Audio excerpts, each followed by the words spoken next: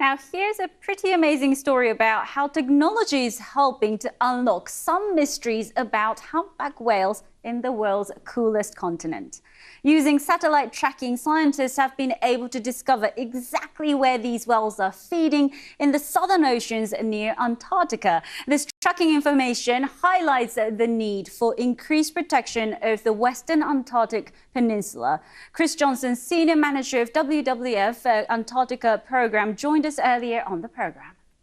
Technology has gotten smaller and smaller, and we've been able to deploy it in a number of different ways to study whales.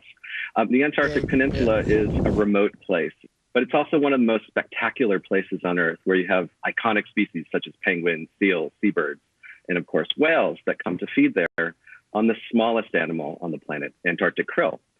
So using digital technologies the size of your iPhone, we can put them and deploy it in a number of different ways. So a new report we just put out by WWF highlights the new science and technologies such as digital tags with suction cups that allow us to document not only where whales are feeding, but also how they're feeding from their perspective. We have drones which get new pictures from above, which are providing us spectacular views of how humpback whales bubble net feed, for example. So this technology is really uncovering the lives of these ocean giants. And what do you say that this new information highlights about these species? Well, the West Antarctic Peninsula is a hotspot of environmental change. So climate change is taking its grips. It's impacting the oceans. It's warming the oceans, impacting glaciers. There are 79 less days of sea ice than there were in 1979. So it's impacting sea ice, which Antarctic krill are reliant on.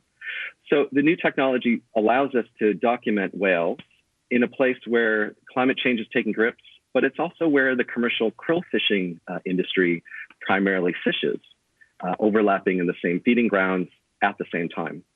So is it just the whales that are at risk? Are there any other wild animal at risk as well, briefly?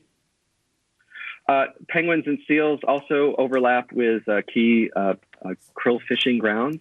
And that's why we're here in Hobart at the moment at this International Ocean Policy meeting called CAMLAR, which is the Commission for the Conservation of Antarctic Marine Living Resources, to advocate for marine protected areas around the continent, including on the peninsula.